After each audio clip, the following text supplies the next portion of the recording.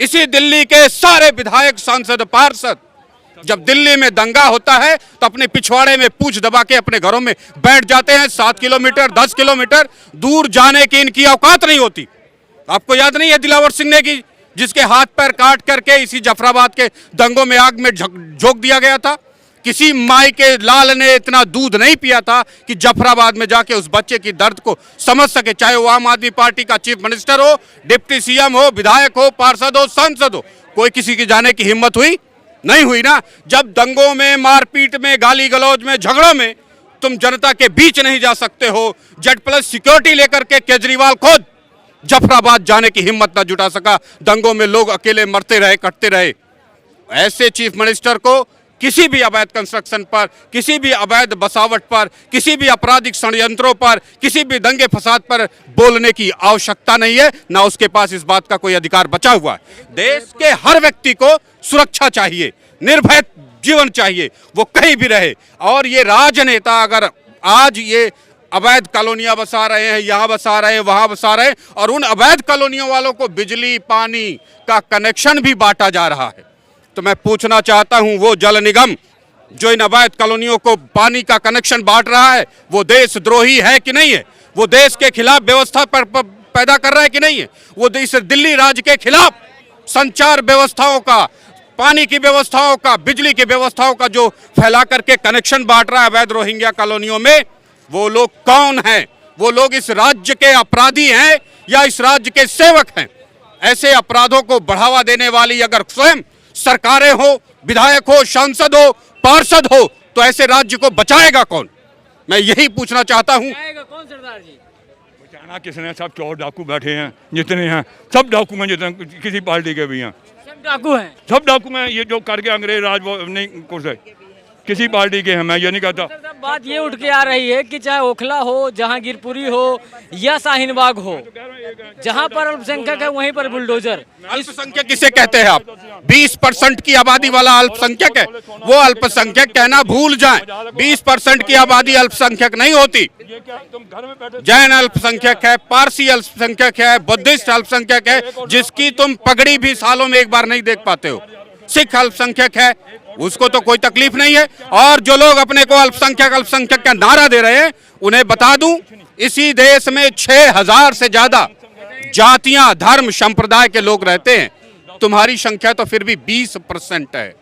6000 लोगों को कोई प्रॉब्लम नहीं है। सारी प्रॉब्लम सिर्फ तुम्हारी बिरादरी को है, सारी प्रॉब्लम सिर्फ तुम्हारी कम्युनिटी को है, तुम्हारे मजहब को है, तुम्हारे समुदाय को है। तुम ही अल्पसंख्यक हो और कोई अल्पसंख्यक नहीं है। कितने बौद्धिस्ट आप इस कनॉट प्लेस में घूमते हुए देख रहे हैं? बताइए मुझे, कितने जैन समाज के लोग इस गली में घूमते हुए आपको नजर आ रहे हैं? लेकिन सैकड़ों मुस्लिम तो आ रहे हैं। तो ये अल्पसंख्यक नहीं है, ना ही इनकी अल्पसंख्यक की कोई भागीदारी है। अल्पसंख्यक जैसा व्यवहार नहीं है, अल्पसंख्यक जैसी कार्यशैली नहीं है, अल्पसंख्यक जैसा कोई इनके पास अधिकार नहीं है। सिर्फ ये मलाई काट रहे हैं इस देश में। ये अल्पसंख्यक कहाँ है? अब तो ये बहुसंख्यक हो गए। अल्पसंख्यक तो अब इस समय पे जो है हिंदू हो गया है। हिंदू अल्पसंख्यक है और हिंदू को जो है इसीलिए दबाया जा रहा है। ये खुलेआम ये लोग घूमते हैं, खुलेआम हर हरकतें करते हैं, और उसके बावजूद भी ये कहते हैं। देखिए अभी भी जो है वहाँ से शाहीन बाग से भी ये हुआ कि अगर किसी ने मस्जिद से लाउड स्पीकर हटाया तो ठीक नहीं होगा। ये कहने का मतलब क्या होता है? क्योंकि इनको स्वयं में भी पता चल चुका है कि भाई एक पति 4 बीवियां, इनके यहाँ जो चीज़ जायज़ है, 40 बच्चे। अब आप ये सोचिए, 40 वो बच्चे, 4 बीवियां हो गई 44, और एक उसका हस्बैंड 45। एक घर से 45 वोट जब जो है जाएंगे कि दिल्ली में, दिल्ली सरकार को जाएंगे या कहीं की भी हो वहाँ के सरकार को जाएंगे, तो आप बताइए कि आपके घर में सिर्फ आप होंगे, आपकी बीवी होगी, हद से 2 बच्चा होगा, हद से 1 बच्चा होगा, ठीक है?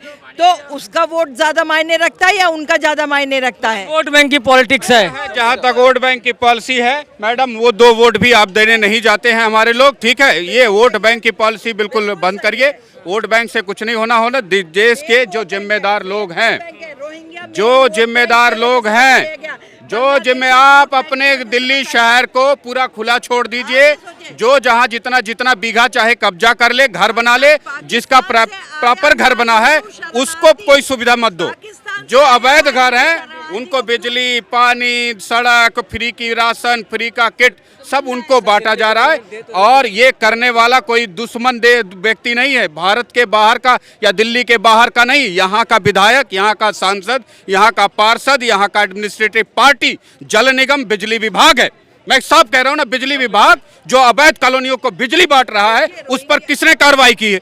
अवैध जो जल निगम सप्लाई पहुंचा रहा है अवैध कॉलोनियों में, उस जल निगम पर किसने कार्रवाई की है? कार्रवाई सिर्फ हिंदुओं को क्यों नहीं शरण दिया जा रहा? पाकिस्तानी हिंदुओं के लिए क्यों नहीं बिजली, पानी और ये सब चीजें राशन मुहैया कराई जा रही? क्यों? वो भी तो हिंदुस्तान का था बंदा जो पाकिस्तान से अपनी जान बचा करके वापस आया। रोहिंग्या को हर चीज दी जा रही है। आप सुनिए, बांग्लादेश एकदम साफ है। आपने कहा हिंदुओं के जो पाकिस्तानी आए हैं उनको सपोर्ट क्यों नहीं कर रहा? कोई हिंदू उनके साथ खड़ा नहीं होना चाहता। मुस्लिमों के साथ सब खड़े हैं, इसलिए उनको बिजली, पानी, सब सारी चीजें मिल रही। आप कितने दिन गए रोहिंग्याओं वो पाकिस्तानी हिंदुओं से मिलने? कितने और हिंदू जाते हैं? कितने हिंदू जाते हैं? जो आप बता रहे हैं, जो पाकिस्तान, तेज बोलिए, आप इतना स्लो बोल रहे हैं। इस उम्र के लोग ऐसा बोल रहे हैं, आप तो एकदम।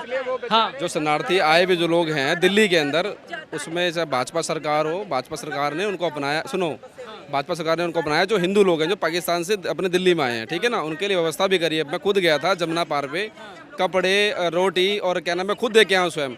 और सरकार उनकी चिंता भी कर रही है। अभी उनका क्लियरेंस कर रही है, प्रॉपर आइडेंटिफाई कर रही है कि कोई भाई जैसे गलत मिस गाइड ना हो जाए या आइडेंटिफाई ना हो पाए, तो इसलिए सरकार भी उसमें समय लगता है। देखो, जब प्रॉपर आइडेंटिफाई हो जाएगी तो सरकार उसको पूरी सुरक्षा देगी, ऐसा कुछ नहीं है। बुलडोजर चलना सही है। बुलडोजर चलना, आपने बोला शाहीन बाग पे, शाहीन बाग के साथ साथ मैं आपको बताना चाहता हूँ, दिल्ली की जितनी भी अवैध कॉलोनियाँ हैं 70 विधानसभा के अंदर, मैं सभी कॉलोनियों का नाम ले रहा हूँ, चाहे मंगोलपुरी हो, सुल्तानपुरी हो, किराड़ी हो। आप चलना चाहिए। सुन लो ना, मैं बता रहा हूँ क्यों चलना चाहिए। अरे मैं नहीं बोल रहा, मैं तो बोल रहा हूँ सुप्रीम कोर्ट के आधार पे मान लो। तुम देश में सबसे बड़ी कोर्ट है, न्यायपालिका, उसी की बात मान लो। उसने तो लॉ बना रखा है, एंक्रोचमेंट पे बंद होना चाहिए। एंक्रोचमेंट हो रहा है ना, सबकी आड़ में हो रहा है ना। दिल्ली पुलिस को भी पता है, एक मिनट, दिल्ली पुलिस को भी पता है, डीसी को भी पता है, एसडीएम को भी पता है, सबको पता है, चीफ मिनिस्टर को पता है, सांसद को भी पता है, क्योंकि सब ऑलरेडी लिप्त है भाई। सरकार को सुनो मेरी बात, सरकार कोई से भी हो, एक मिनट सुनो, सरकार कोई से भी हो, मान्यवर मैं आपको बता दूं, छोटे छोटे बच्चे निकलते हैं स्कूल से पढ़ाई करके, एक मिनट, छोटे छोटे बच्चे स्कूलों से निकलते हैं, उनके सामने जब निकलते हैं रोड पे अपने घर जाते हैं तो कोई मुर्गा काट रहा होता है। ये क्या आप सोचो क्या प्रभाव पड़ेगा उन छोटे छोटे बच्चों पे, हमारी महिलाओं पे, बहनों पे। और मैं बोल रहा हूँ लाइसेंस लेके काटे तो समझ में आता है, अवैध काट रहे हैं मान्यवर, सरकारी प्रॉपर्टी पे काट रहे हैं, सरकारी पार्कों में काट रहे हैं। तो सरकार को इस पे ध्यान देना चाहिए। और मेरे हिसाब से तो शाहीन बाग पे चल रहा है ना, पूरी दिल्ली के अंदर, एक मिनट सुनो, पूरी दिल्ली के अंदर जहाँ एंक्रोचमेंट है सब पे चलना चाहिए, किसी को माफी नहीं। दिल्ली सरकार, दिल्ली के मुख्यमंत्री, यहाँ तमाम राज्य के विधायक, सांसद भी रहते हैं, पूरे देश के विधायक रहते हैं, यहीं प्रधानमंत्री, राष्ट्रपति, सुप्रीम कोर्ट रहती है।